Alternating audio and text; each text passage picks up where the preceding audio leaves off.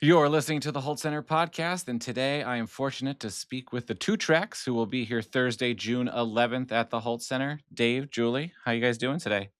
Doing good. Pretty good, thanks. Awesome. So let's talk a little about your origin story, your sound, Wyoming. I feel like Wyoming is really actually a part of the vibe I get when I listen to you guys. Yeah, for sure. Tell me about Uh, it. well, one interesting fact about Wyoming is there's more pronghorn than people. So, yeah, we've got a lot of antelope and not that many people. But yeah, we've been a band for 10 years, and this is kind of a cool thing, releasing our fifth album in our 10th year as a band. And yeah, our music definitely centers around uh, themes of nature and rural life, and themes that are familiar to people that live in the West, for sure. Nice. I've been there once on my cross country trip. I had to go to Devil's Tower Nice. because Yes. I'm a nerd. So it was Yeah. very impressive, though, in real life. Yeah. Did you watch Close Encounters? Yeah, when I was like probably 5 or 6, and then it just kind of stayed with me. There's a KOA campground there, and they play Close Encounters of the Third Kind every single night all summer Oh my long. gosh. The backdrop is Devil's Tower too. Yeah, It's like there's a movie screen outside, and then the backdrop is oh Devil's Tower. geez, It's that's cool. pretty awesome. It's pretty fun. So let's talk about your upcoming album, Season Unknown, and it's actually just a few days before you guys play at the Hult Center. You're dropping this Yeah. record. I know there's a lot of emotions and stress. Are you guys excited, nervous? Like, what's the feeling? We're super excited. Of course, like album years are the busiest years yet. I mean, there's a lot that goes into it. So we were in the studio like late, early winter last year, and of course, it takes us till June to release an album. So we've been working really hard, but we're like right at the end zone now, and very very excited to show off this record and tour it. So some of the songs we've barely played live. We worked up until we went in the studio on the new songs, and there's 12, so it's a pretty hefty album, and we're just really proud of it. That's awesome. It's a good feeling. Yeah, for sure. I'm looking forward to being done promoting it and just start playing it. Sure. Is there a favorite song that you're most excited about? What's your favorite song, Dave? I don't even know. Geez, that's a tough one. I think might be the single that we just released, "Miles and Miles," and it's a cello song for me. And yeah, I just love the groove and love how it turned out on that record. And Nice. I like the percussion and the harmonies too. Yeah, that's a good one. I would say my favorite one is probably the title track, "Seasons Unknown." It was one of the first songs that made it to the album spreadsheet, right? Mm-hmm. And it's kind of, I wanted to do a song that was kind of like Crosby, Stills, Nash Young inspired. Heck yeah. So all of us are singing on it. We've got 4-part harmonies on there, and it's yeah, I feel like it does have kind of a Wyoming feel. It's an A minor, and it's got this cool groove to it. So that's definitely one of my favorite songs to perform. And then we always do a cover song on each album, and we've got a Kate Wolf cover song. It's called Unfinished Life, and we were fortunate to play at the Kate Wolf Festival a couple times before they had the 25th year. That's the last year they did it, and we got to play that one. So we just love her, and it finally made it onto an album. So that's one of my favorites, I would say, too. Yeah. Awesome. And what can you tell me about the recording process? Is this on tape? Is this digital? Like, was it in a home studio? Tell me anything you can, all the details. Well, it's digital, and we traveled.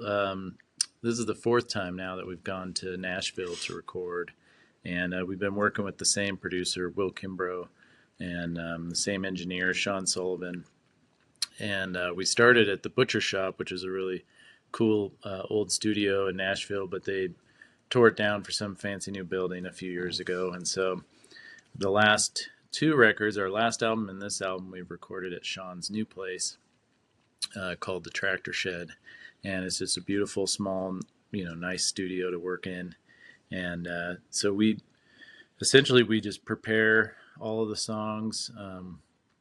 We like to be really prepared when we go into the studio. We've got the BPMs down for all the songs. We know what we're going to record and all of that kind of stuff, and who's got what harmony, and then we go in and we have 5 days, and we track the whole album in 5 days. And Will, as a producer, is he's another set of ears in the room, but he's also an amazing guitar player, mandolin player, banjo player, and so he adds just these little nuggets throughout the whole record wherever we kind of needed a little space filled or a little extra layer.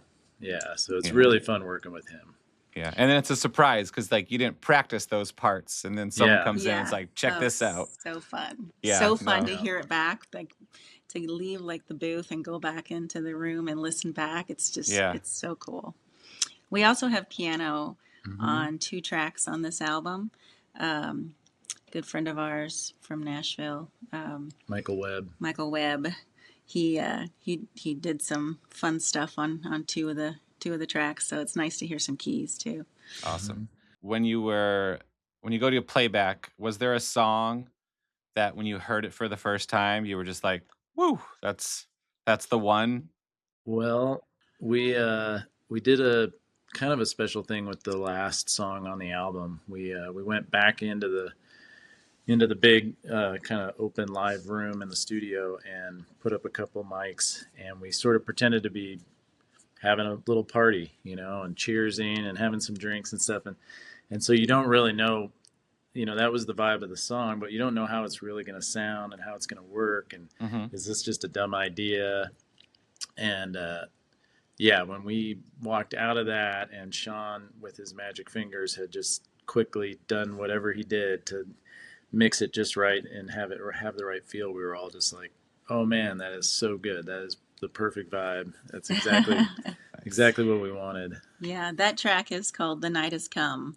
And Dave's wrote that song a while ago, and we love just playing it at jams. And so it was really fitting for like it's a fitting song for like the end of a show. And so we just threw it at the end of the record. And nice. Yeah, it was fun. Yeah, and the dumb ideas are the risky ideas, and those are the ones that pay off, right? Yeah, it ended up working out. Yeah, it's like, I mean, that's like the Beatles' entire career once they really got going. It's just like crazy stuff. Yeah. How does this compare to your previous works? Are you guys taking, chances, doing different things?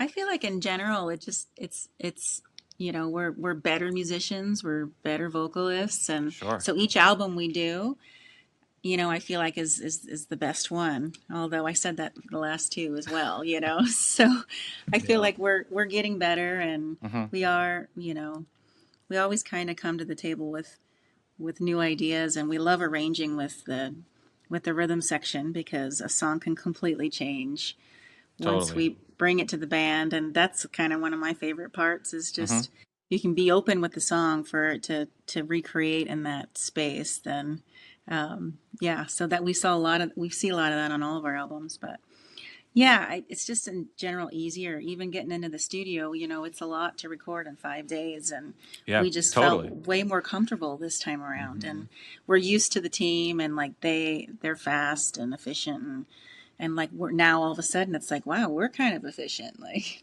and just happier overall with, not as skeptical of our own vocals and performance. It's I think it just builds on all of the other albums that we've made sound wise. There's not some radical divergence from what we've been doing, but it just we're just kind of getting better at what we've been doing, I think. Yeah. And so are you guys, you write all the material as a duo and then bring it forward? We write them separately. Okay. So if I'm singing lead, it's usually a song that I wrote, and vice versa. Yeah. Okay. But we do have a duet on this record, and So that one we did like, it had been just a solo song that I had written that was sitting around, and so brought it to Julie and was like, "Hey, I think you should sing on these verses." So we Turned switched it around out. some of the words, and it really worked pretty well as a duo. And So Nice. we edit each other's stuff, at Yeah, least as much as we allow each other to edit. of course. And so, what's it like being partners and having a family and then working together creatively? It's just super fun, right? we still like each other, right? Yes. Yeah. I think so. Yeah. It's great to be able to travel like Yeah, with my Yeah. husband, and like when we go on the road, it's like, yeah, I mean, and family comes some of the time, sure. Yeah. but it's nice to be able to spend time with him here or on the road, and Yeah, it's nice to be able to just come home and have dinner and have a little jam session. It's like you always have a musician around, so it's totally. uh it's motivating, I'd say. Nice. Oh, our kids are definitely the best at selling our merch. They're much better than we are. So you put a little cute kid behind the merch table and it's like Out the door. done. Yeah. Yeah, I guess so many bands when they go on tour, they kind of like say goodbye to their partners for, Yeah. the trip. So that's you guys don't have to deal with that. Yeah. Yeah, and I think it is, there's other bands that have kind of the two lead singers, but there's not as many, and it's a nice like unique Hmm. kind of component of the band is having those two different perspectives of songwriting. Yeah, it's pretty awesome. So this is kind of an odd one, but who are or what is your most surprising influence as artists? Like Hmm. something that people wouldn't expect. Like maybe you're really into metal, but no one knows. I mean, we're definitely like, like 90s kids, so Hmm. we've greatly influenced from like the 90s. Like, I think I know he's yours. Nirvana. His is like, Hers is Weird Al. oh yes, I love Weird Al.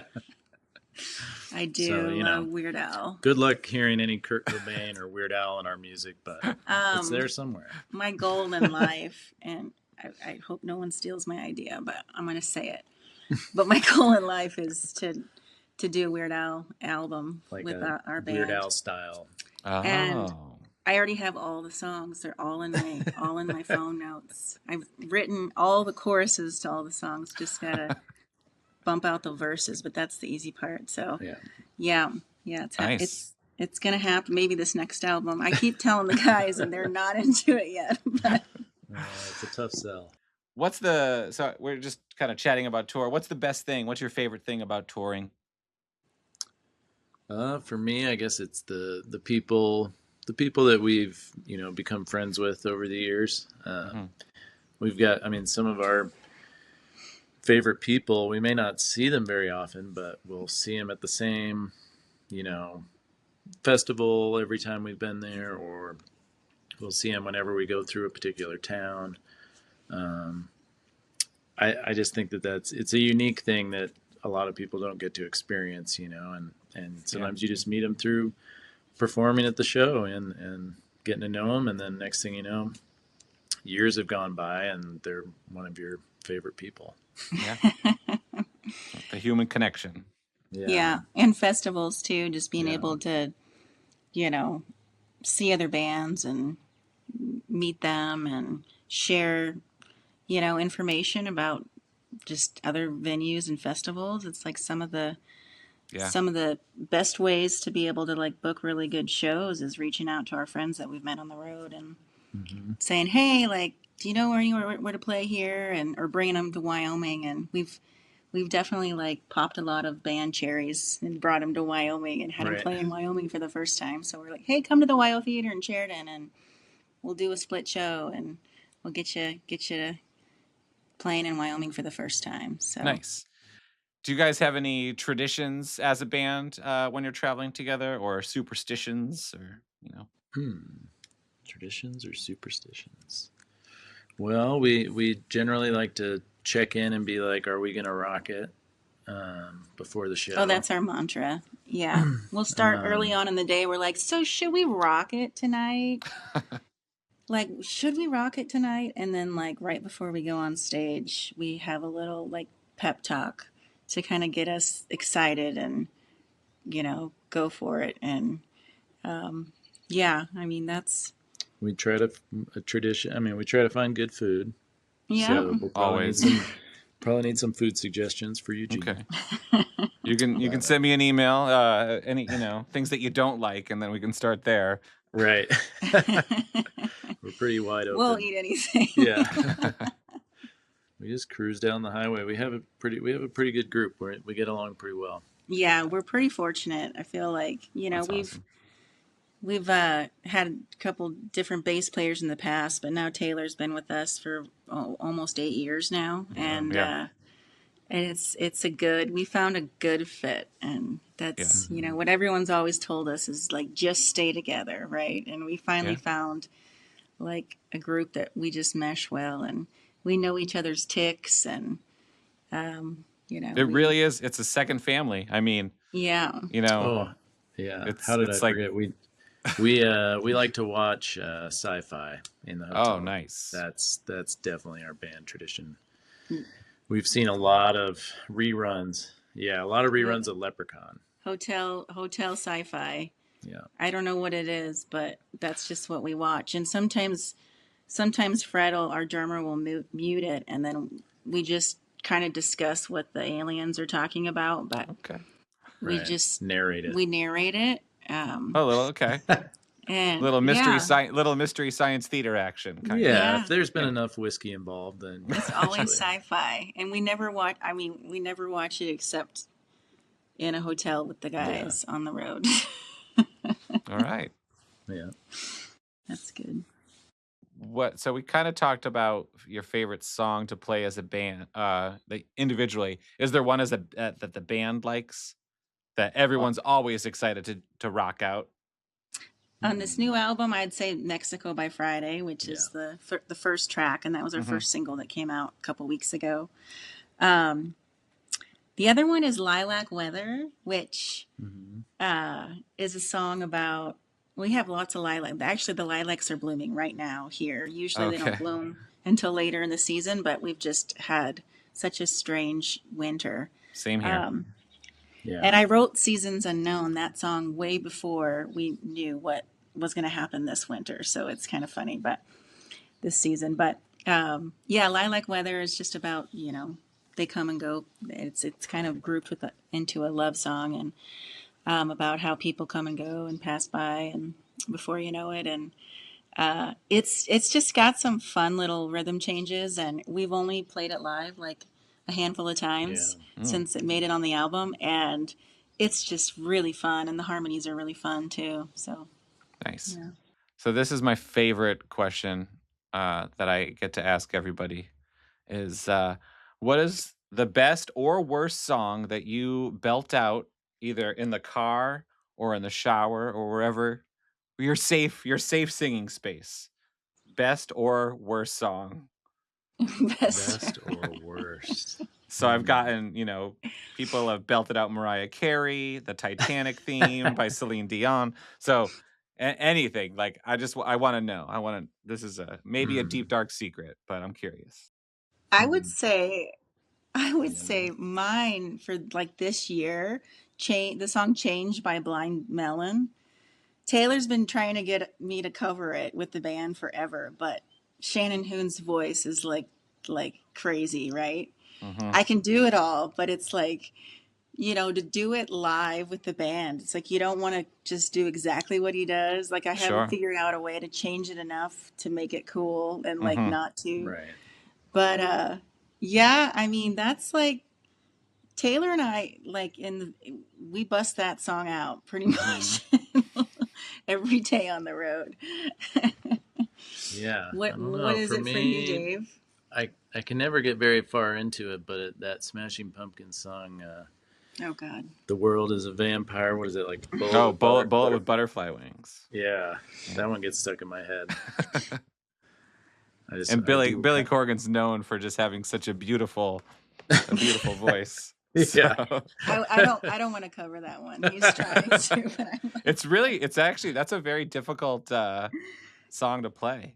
Yeah. I Yeah. remember when I was a kid, I got like a guitar, book of melancholy, and I was like Hmm. trying to figure out how to do this, and I was like, this is so beyond me as a Right. teenage boy. Like, there's no way I can play any of this stuff. Yeah. Yeah. Good record Our though. our son is 14, our daughter's 17, and Hmm. Henry, our youngest, he's getting into all the 90s music. All the high school kids are Oh, going back in time. 90s is back. So Yeah. it's been Yeah. so fun. He's just like, "Hey mom, I learned this new song," and he'll start singing like Baby Got Back, or so I feel like he knows all the songs that we do. We That's just took him funny. to Sublime at Red Rocks for his 14th birthday, Oh, nice. How and was that? and it's amazing. Like, It was awesome. he Yeah. knew he memorized songs like months before we went, and he knows lots of drug references now. And which I'm like, do you even know what that All is? right. But we have a lot of fun. Like, I don't know. Yeah, he's just we'll like DJ. We'll do a family DJ and just Hmm. switch putting on songs on Bluetooth, and it's fun to see the kind of songs that he knows now. That's like our generation, but it's Yeah. back. Yeah. Oh man, it's kind of weird to think that, like, I guess ska, they're kind of ska Sublime, right? They Yeah. never had like a Yeah, horn section really, but No Doubt is kind of ska, and they're in Vegas yeah. right now, and Sublime's Right. back. It's just like, what is happening It right was, now? Yeah. yeah, it Yeah. was so good. It was, Yeah. yeah, it It was was really good. fun. And we knew more than we remembered. I mean, it's like we loved Oh Sublime in the yeah. 90s, but it's like, it falls off the CD player after a while, and Yeah. so it was like, wow, like, okay, like I remember all of this. Yeah. Came crashing back. Yeah. Dave, Julie, thank you so much for talking with me today. So, when is this new album coming out? It's coming out Friday, June 5th. And and our tour will really be kicking off in earnest at that point. We're going to start driving west and head to Eugene. Yep. And we'll see you on June 11th. Yeah. We're very excited. Can't wait to see you guys. Thanks so much for chatting with me. Awesome. Thank you. Thank you.